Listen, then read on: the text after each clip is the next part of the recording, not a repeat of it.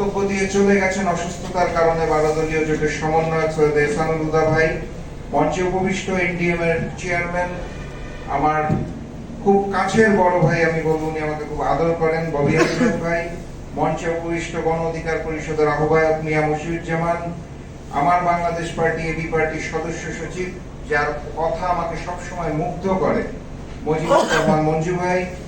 মঞ্চে উপবিষ্ট জমিয়ত উলামায়ে ইসলামের মহিউদ্দিন ইকরাম ভাই, লেবার পার্টির চেয়ারম্যান লায়ন ফারুক ভাই, ন্যাপ ভাসানীর চেয়ারম্যান অ্যাডভোকেট মোহাম্মদ আজহারুল ইসলাম, বাংলাদেশ মুসলিম লীগের মহাসচিব, তিনি আমাকে খুবই আদর করেন, স্নেহ করেন, কাজী আবুল খায়ের, বাংলাদেশ কল্যাণ পার্টির চেয়ারম্যান শামসুদ্দিন পারভেজ, ইসলামী ঐক্য জোটের মহাসচিব মৌলানা আব্দুল করিম, যিনি আমার দাদার সাথে রাজনীতি করেছে, আমার বাবার সাথে রাজনীতি করেছে, এখন আমার সাথেও করে, আমার ভীষণ সৌভাগ্য।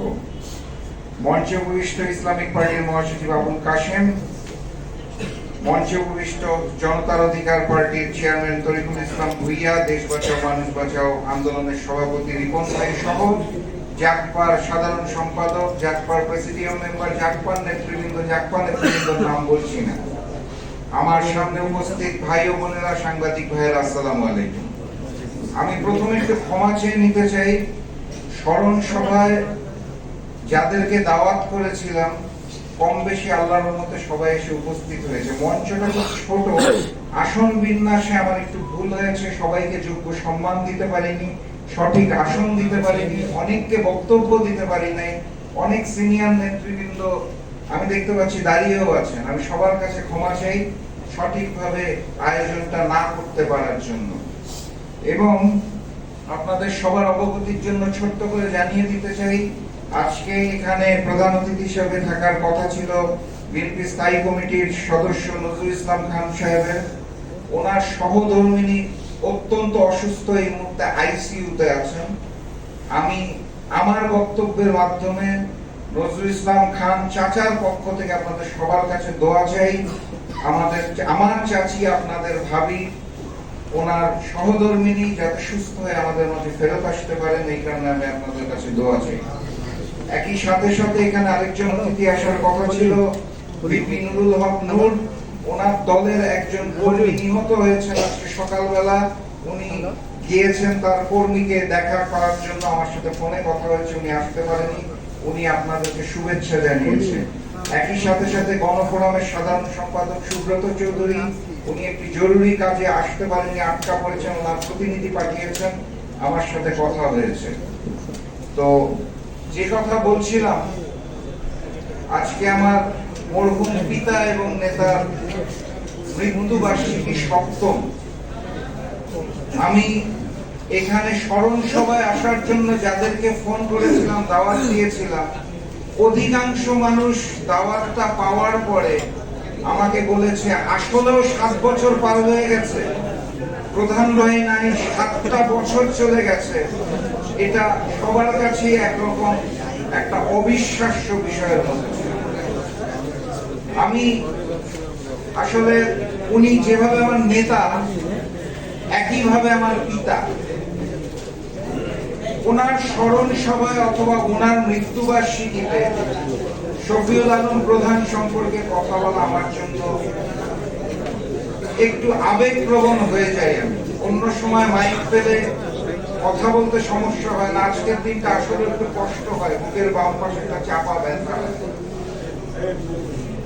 আমি শফিউল আলম প্রধান সম্পর্কে খুব বেশি কিছু বলতে চাই না, এটা এতক্ষণ যারা বলেছেন সবাই বলে গেছেন। আমি শুধু সংক্ষেপে বলতে চাই, শফিউল আলম প্রধান সেই মানুষ ছিলেন যিনি ক্ষমতাসীন দলের ছাত্র সংগঠনের সাধারণ সম্পাদক হিসেবে দেশের সর্বোচ্চ নেতা শেখ মুজিবের চোখে চোখ রেখে বলেছিল, আপনার দলের দুর্নীতিবাজ নেতাদেরকে নাম ঘোষণা করছি, আপনি বিচার করবেন। শফিউল আলম প্রধান সেই নেতা ছিলেন যিনি শহীদ প্রেসিডেন্ট জিয়াউর রহমান যখন তার সরকার গঠনের জন্য শফিউল আলম প্রধানকে আমন্ত্রণ জানিয়েছিলেন, উনি বলেছিলেন লিডার এইভাবে করে হয় না। শফিউল আলম প্রধান সেই নেতা ছিলেন যখন হুসেইন মোহাম্মদ এরশাদ, আমার সচক্ষে দেখা মাইক্রোবাস করে টাকার বস্তা পাঠিয়েছিলেন আমার বাসভবন আসাদ গেটে তার সরকারে যোগদানের জন্য। উনি ওই মাইক্রোবাসেই করে টাকার বস্তা ফেরত পাঠিয়ে বলেছিলেন এইভাবে ক্ষমতায় যেতে হয় না। শফিউল আলম প্রধান সেই নেতা ছিলেন, আমার সচক্ষে দেখা আসাদ গেটে আমার বাসভবনের নিচে 2014 সালে, নাম বলবো না, আওয়ামী লীগের 3 জন বড় নেতা যখন এসেছিলেন ক্ষমতায় যোগদান করার জন্য, উনি বলেছিলেন শেষ বয়সে জাতীয় বেঈমান হতে চাই না। শফিউল আলম প্রধান সেই নেতা ছিলেন, তার প্রথম সন্তান যার নাম উনি রেখেছিলেন তাসমিয়া, তাসমিয়া অর্থ বিসমিল্লাহ, জন্ম নিয়েছিল বগুড়ায়। উনি 3 দিন পর ওনার প্রথম সন্তানকে দেখার জন্য গিয়েছিলেন, কারণ ঢাকায় তখন ভুকা মিছিল চলছিল, ওনার সন্তানকে উনি দেখতে যান নাই দেশের মানুষের জন্য।